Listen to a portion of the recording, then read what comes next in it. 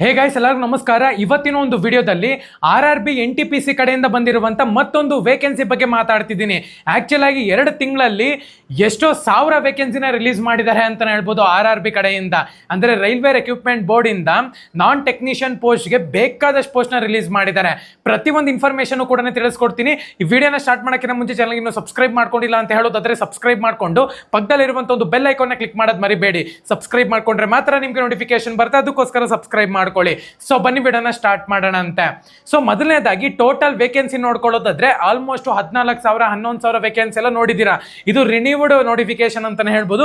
8,113 ವೇಕೆನ್ಸಿಗೆ ನಿಮ್ಗೆ ಇಲ್ಲಿ ಕಾಲ್ ಮಾಡಿರುವಂತದ್ದು. ನಾನ್ ಟೆಕ್ನಿಕಲ್ ಪೋಸ್ಟ್ ಅಂತಾನೂ ಕೂಡ ಕರೀತಾರೆ ಇದಕ್ಕೆ. ಡೇಟ್ ಆಫ್ ಪಬ್ಲಿಕೇಶನ್ ನೋಡ್ಕೊಳ್ಳೋದಾದ್ರೆ ಅಂದ್ರೆ ಈ ಒಂದು ಡೇಟ್ ರಿಲೀಸ್ ಆಗ್ಬಿಟ್ಟು ಆಲ್ಮೋಸ್ಟ್ ನಿಮ್ಗೆ ಇಲ್ಲಿ 1 ದಿವಸ ಆಗಿದೆ ಅಷ್ಟೇ. 13ನೇ ತಾರೀಕು ಬಂದ್ಬಿಟ್ಟು ನಿಮ್ಗೆ ಇಲ್ಲಿ ಅಪ್ಲಿಕೇಶನ್ ರಿಲೀಸ್ ಮಾಡಿದ್ದಾರೆ ಅಂತಾನೆ ಹೇಳ್ಬೋದು.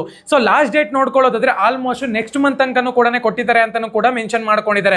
ಸೊ ಆಲ್ಮೋಸ್ಟ್ ನಿಮ್ಗೆ ಇಲ್ಲಿ 13 ತನಕನೂ ಕೂಡ ಡೇಟ್ ನ ಕೊಟ್ಟಿದ್ದಾರೆ. ಕ್ಲೋಸಿಂಗ್ ಡೇಟ್ ಅಕ್ಟೋಬರ್ 13 ತನಕ ನೀವು ಇಲ್ಲಿ ಆರಾಮಾಗಿ ಅಪ್ಲೈ ಮಾಡಬಹುದು. ಸೊ ನಿಮ್ಮ ಒಂದು ಅಪ್ಲಿಕೇಶನ್ ಅಲ್ಲಿ ಮಾಡಿಫಿಕೇಶನ್ ಮಾಡ್ತೀರಾ ಅಂದ್ರೆ ಎಡಿಟಿಂಗ್ ಮಾಡ್ತೀರಾ ಅಂತ ಹೇಳೋದಾದ್ರೆ, ಒಂದು ವೇಳೆ ಅಪ್ಲಿಕೇಶನ್ ಅಲ್ಲಿ ರಾಂಗ್ ಫಿಲ್ ಮಾಡಿದ್ರೆ ಎಡಿಟ್ ಮಾಡಬೇಕು ಅಂತ ಹೇಳೋದಾದ್ರೆ 16th ಬಂದ್ಬಿಟ್ಟು ನೀವು ಇಲ್ಲಿ ಎಡಿಟ್ ಮಾಡಬಹುದು. ಮುಂದಿನ ತಿಂಗಳು 3 ದಿವಸ ನಿಮಗೆ ಟೈಮ್ ಕೊಟ್ಟಿರ್ತಾರೆ. 16th ಬಂದ್ಬಿಟ್ಟು ನೀವು ಇಲ್ಲಿ ಎಡಿಟ್ ಮಾಡಬಹುದು.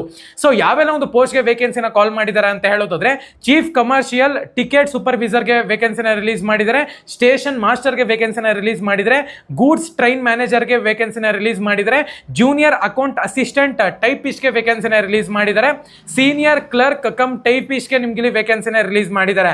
ಸೊ ಇಷ್ಟು ಪೋಸ್ಟ್ಗಳಿಗೆ ನಿಮ್ಗೆ ಇಲ್ಲಿ ವೇಕೆನ್ಸಿನ ರಿಲೀಸ್ ಮಾಡಿದ್ದಾರೆ ಅಂತಾನೆ ಹೇಳ್ಬೋದು. ಟೋಟಲ್ ವೇಕೆನ್ಸಿ 8,000 ಪ್ಲಸ್ ಇದೆ.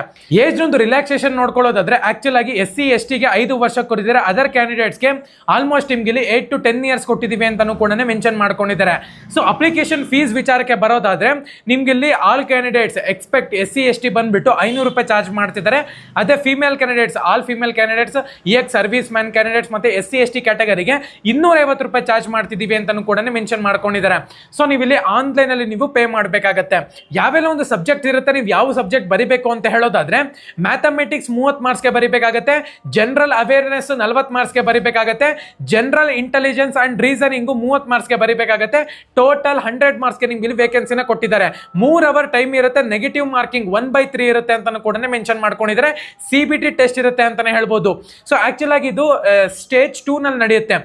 ಫಸ್ಟ್ CBT ಮತ್ತೆ ಸೆಕೆಂಡ್ CBT ಅಂತ ಹೇಳ್ಬಿಟ್ಟು 2 CBT ಟೆಸ್ಟ್ ಮಾಡ್ತಾರೆ ಅಂತಾನೆ ಹೇಳ್ಬೋದು. ನಮ್ಮ ಒಂದು ಟೆಲಿಗ್ರಾಮ್ ಚಾನಲ್ ಅಲ್ಲಿ ಅಫಿಷಿಯಲ್ ಲಿಂಕ್ ಇರುತ್ತೆ. ಪ್ರತಿಯೊಬ್ಬರನ್ನು ಕೂಡ ಅಪ್ಲೈ ಮಾಡಿ 1 ದಿವಸ ಆಗಿದೆ ಅಷ್ಟೇ ಅಪ್ಲಿಕೇಶನ್ ಬಿಟ್ಟು. ಇನ್ನ ಚಾನಲ್ಗೆ ಸಬ್ಸ್ಕ್ರೈಬ್ ಮಾಡ್ಕೊಂಡಿಲ್ಲ ಅಂದ್ರೆ ಸಬ್ಸ್ಕ್ರೈಬ್ ಮಾಡ್ಕೊಂಡು ಪಕ್ಕದಲ್ಲಿರುವಂತ ಒಂದು ಬೆಲ್ ಐಕಾನ್ ಕ್ಲಿಕ್ ಮಾಡೋದು ಮರಿಬೇಡಿ. ಸಬ್ಸ್ಕ್ರೈಬ್ ಮಾಡ್ಕೊಂಡ್ರೆ ಮಾತ್ರ ನಿಮಗೆ ನೋಟಿಫಿಕೇಶನ್ ಬರುತ್ತೆ, ಅದಕ್ಕೋಸ್ಕರ ಸಬ್ಸ್ಕ್ರೈಬ್ ಮಾಡ್ಕೊಳ್ಳಿ.